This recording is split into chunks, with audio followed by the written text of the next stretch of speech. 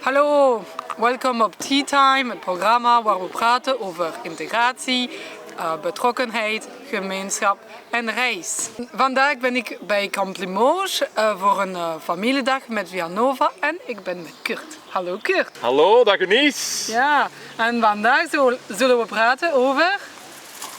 Gemeenschap.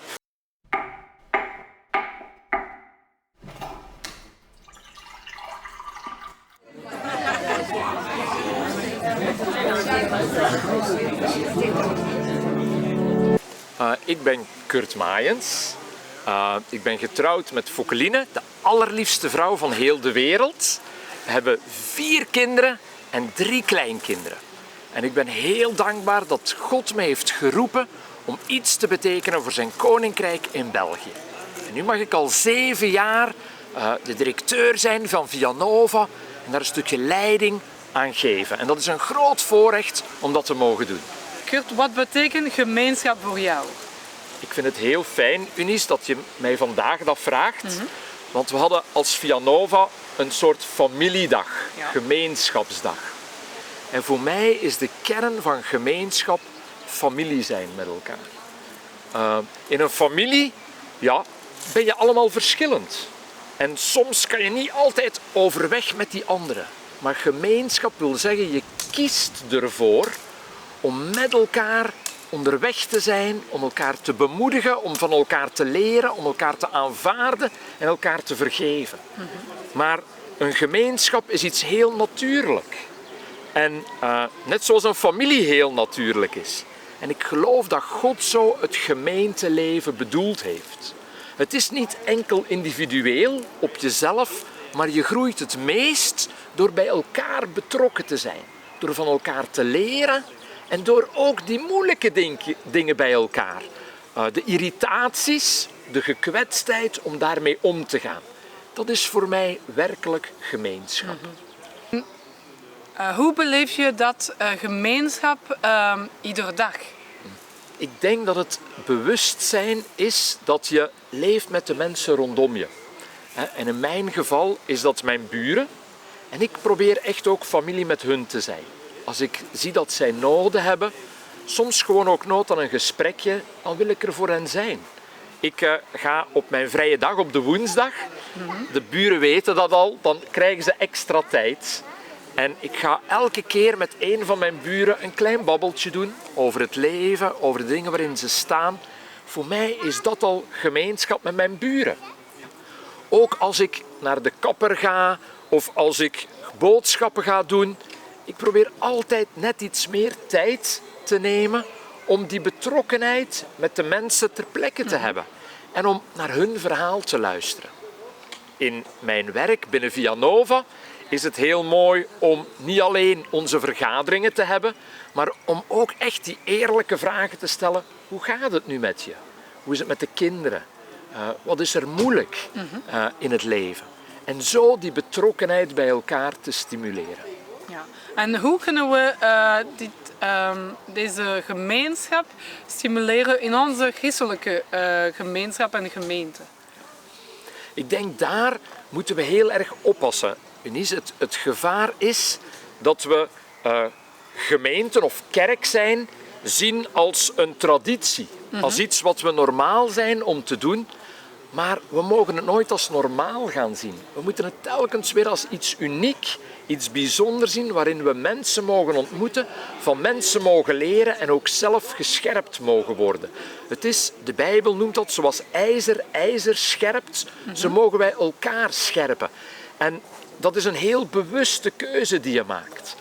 Het gevaar is dat we zeggen, we hebben een fijne samenkomst gehad en ik ben weer naar huis. Maar voor mij begint de samenkomst met het ontmoeten van elkaar en eindigt de samenkomst met nog even doorpraten. Geestelijk connecten. Waar sta jij? Wat neem jij praktisch mee van wat je gehoord hebt? En eigenlijk elkaar bemoedigen om geestelijke lessen als gezin, als familie mee te nemen in de week die voor ons ligt. Vianova wil gemeenschappen creëren, heel lokaal. Waardoor het ook de mogelijkheid is dat we elkaar als gelovigen in het alledaagse leven ontmoeten. Of dat we gewoon kunnen afspreken om eens een kop koffie te drinken. En we daarvoor niet 2 uur weg moeten, maar even bij elkaar binnenspringen.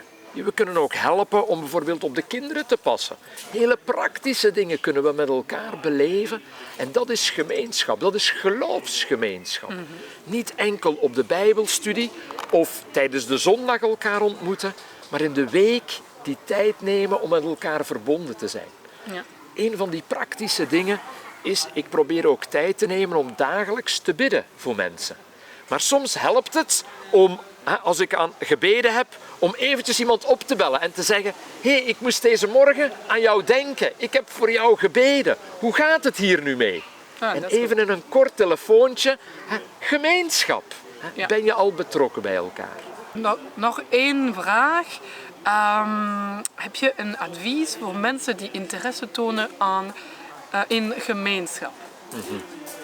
Ja. Ik denk, een van de sleutelwoorden is: wees je bewust. Ik denk, we leven in een individuele wereld waar het geloof heel dikwijls op onszelf betrokken is. We lezen de Bijbel en we denken: wat betekent dat voor mij? Maar voor mij is gemeenschap: wat kan ik van datgene wat ik van God geleerd heb ook weer aan anderen doorgeven? En alleen al die insteek, dat je de Bijbel niet alleen voor jezelf leest, maar ook mogelijk voor mensen rondom je, waarin je anderen kan bemoedigen, ook je buren. Soms dan lees ik iets en de buurman die komt met een vraag over, wat wordt het leven duurder? Ja? En dan kan ik tegen de buurman zeggen: ja, ik heb deze morgen nog gelezen in de Bijbel dat het niet enkel gaat om goederen of materialisme, maar dat het ook gaat om relatie en liefde. En dat wordt niet duurder. We kunnen blijven elkaar bemoedigen.